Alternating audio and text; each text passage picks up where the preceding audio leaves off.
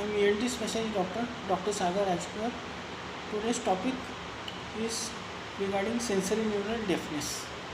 Okay. If you really appreciate, if you are really benefited by this educational discussion, you can share, like and subscribe this channel.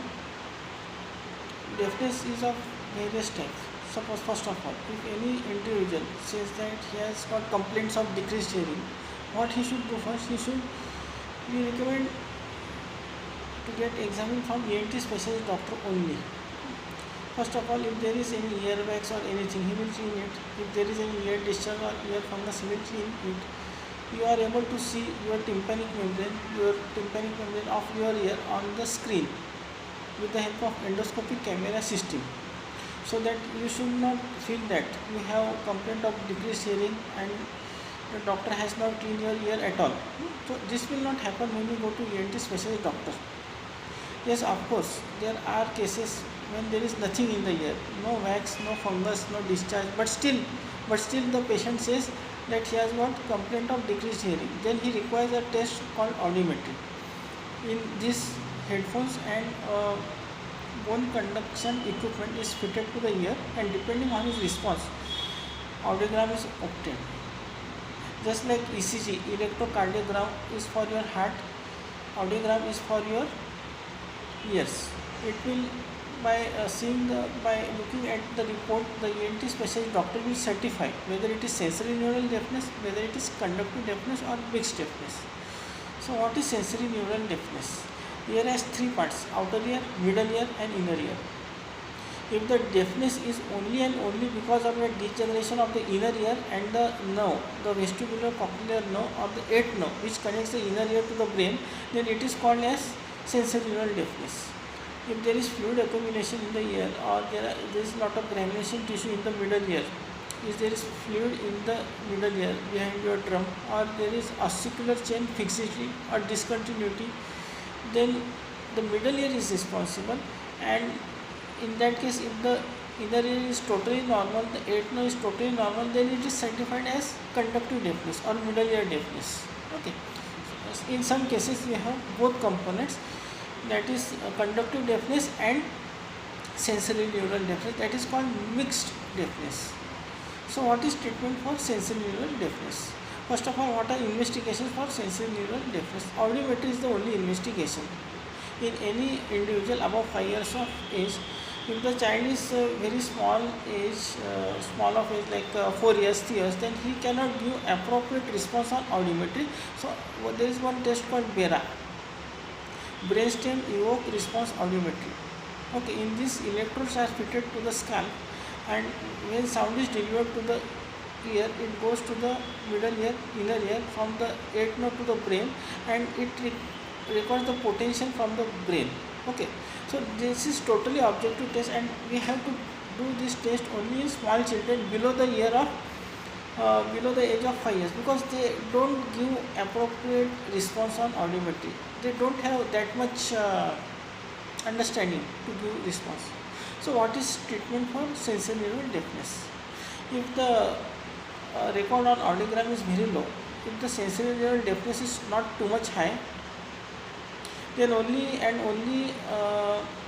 then we don't advise anything, strictly not anything. Only care we take to see that the patient gets his blood pressure and blood sugar checked at frequent intervals, and there should be avoidance to loud sound, like in Diwali, to high noise of crackers, firecrackers, or if the person is working in industry where there is exposure of too much loud sound,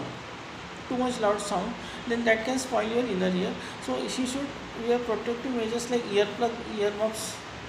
Okay, so that is the protection. But if there is no significant complaint on the part of the patient, he says that he doesn't have too much hearing loss, okay, then we don't advise anything. If there is significant hearing loss, he feels problem, or his family members or the place where he is working, they experience some problem, that this person is not able to hear anything at the first instant, we have to repeat again and again, and he is also getting embarrassment, then only thing is hearing aid. As long as you wear hearing aid, you get hearing improvement. When you remove hearing aid, you don't get any improvement. Okay, so that is the thing. At the time of sleep and during taking bath, you have to remove the hearing aid. Hearing aid is good, and to be to mention it clearly, only 60% or 70% people are happy with hearing aid. Other people don't have any satisfactory response. The remaining 30%, you say.